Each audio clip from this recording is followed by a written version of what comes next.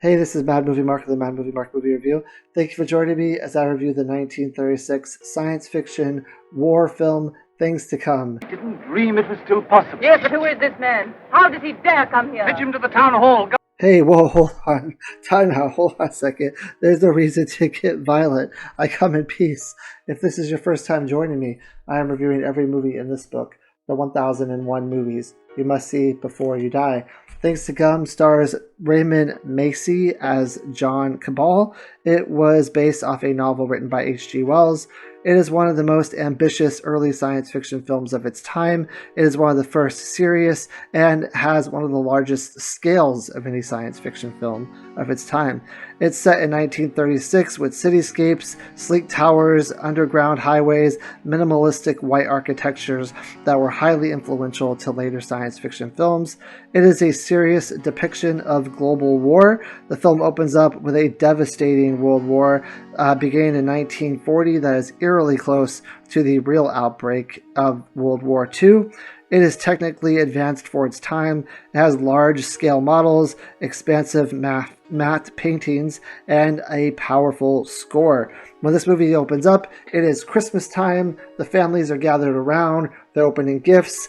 John Cabal and his family are opening gifts. And then slowly we learn that a war is coming to town, and war just breaks out everywhere. There's war in the cities, there's war everywhere. It's an unknown foe that is attacking these people, but they are just going crazy, attacking everyone and everywhere. The troops are all sent in. John Cabal becomes a pilot. He becomes a fighter pilot.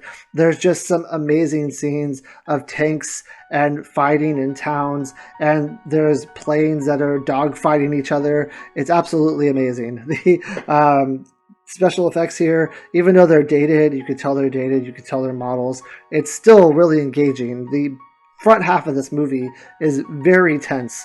It's very, you really immerse yourself in the first half of this movie. And I want to preface this by saying the first half of this movie. So after this big war, we're left with just a city and a world in complete economic ruin, complete ruin and devastation. All the buildings are completely destroyed.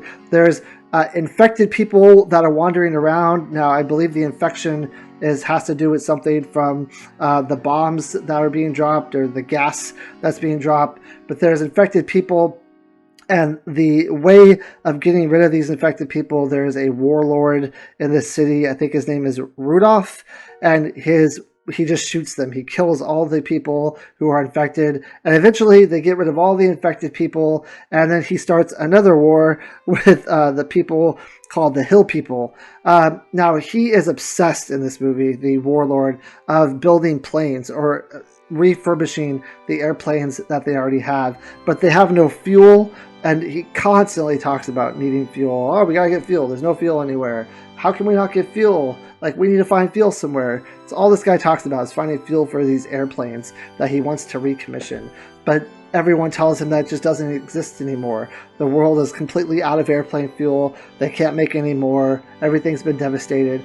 And so one day, a very big and very big and lavish plane flies into town. I mean, this thing has technology that they probably have never seen before. And it's flown by John Cabal. Now, John Cabal has started this new thing called Wings Over the World, where the last surviving mechanics and engineers have band together, and they've come up with a bunch of technology and a bunch of planes, and they're ready to redo the world.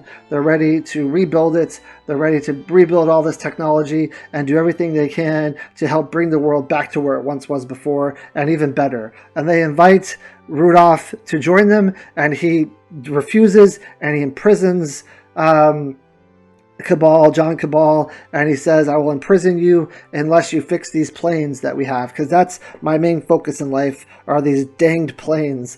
Now, John Cabal says, well, if I'm gone for too long, there's going to be people who are going to try to find me, and they're going to come and get me. But Rudolph, the warlord, doesn't care about this. He only cares about his planes. Now, someone gets away, and they're able to find these wings over the world people. I'm not sure exactly how that happens, but they find the wings over the world people and they let them know that one of their engineers, John Cabal, has been captured. So they go to rescue him, and when they get to the town, they release some kind of gas that knocks all the people in the town out but doesn't kill them, except for Rudolph, who has some sort of allergic reaction and dies to the gas. So all these people end up becoming part of the wings over the world, from what I understand. And we go from 1940 when this movie starts, and then this section here is like the 1970s. So we've gone ahead 30 years. John Cabal is older during this point. And then we like skip ahead to 2036 or something. So I mean, I don't know how John Cabal's still alive, but he's still alive at this point. He looks exactly the same. The world is built back up. The technology is going crazy. It looks like Metropolis with its, which I say that, but I think the writer or director of this really wanted for this not to be Metropolis because they hated Metropolis with a deep-seated passion. But it has all the trappings of Metropolis, where it has these great cityscapes. This technology is going crazy. They did get a couple things wrong. For one, they're using big planes now, like as big as can be for war and for fighting, whereas today we use like the smallest drones possible. But everything's on a grand scale. Everything's big, and they're planning their first trip to the moon in like 2030 something. So obviously that wasn't correct as well. And they have like this laser that they're using to propel this craft up to the moon. And there's someone who is not happy with this because he's tired of the fast pace of technology and the fast pace of things, and he just wants things to slow down. So he kind of rises up against the government, and John Cabal and this other guy realize that they need to find quick volunteers to take this trip to the moon, and each of their children end up volunteering, and then their children take the ride to the moon, and then at the end they contemplate life, and they contemplate like technology and where humans are going with technology and where humans are going with life.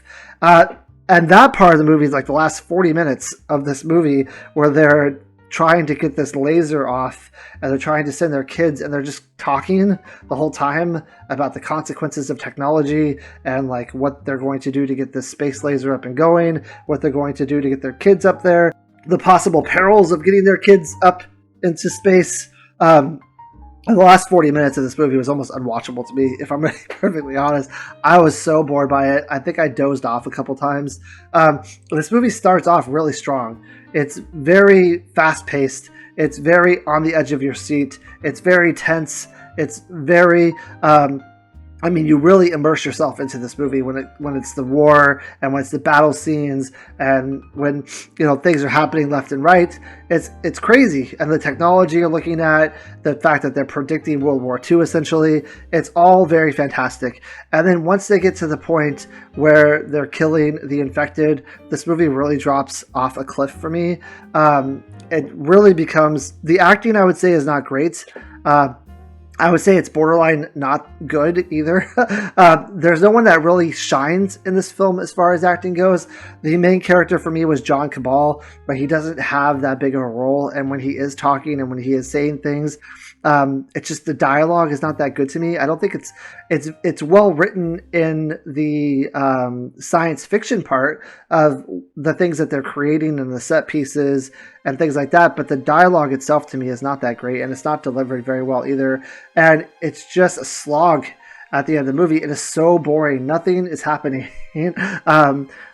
It's just a bunch of interactions with people, and I don't know. It really, really became tedious at the end for me. The last 40 minutes was just brutal. I also wasn't a huge fan of anything after the war scenes. And I'm talking about like the last 45. This movie's an hour. I think an hour and 49, an hour and 50 minutes.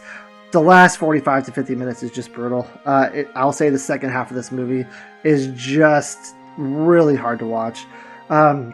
Aside from that, I think that the set pieces are absolutely phenomenal.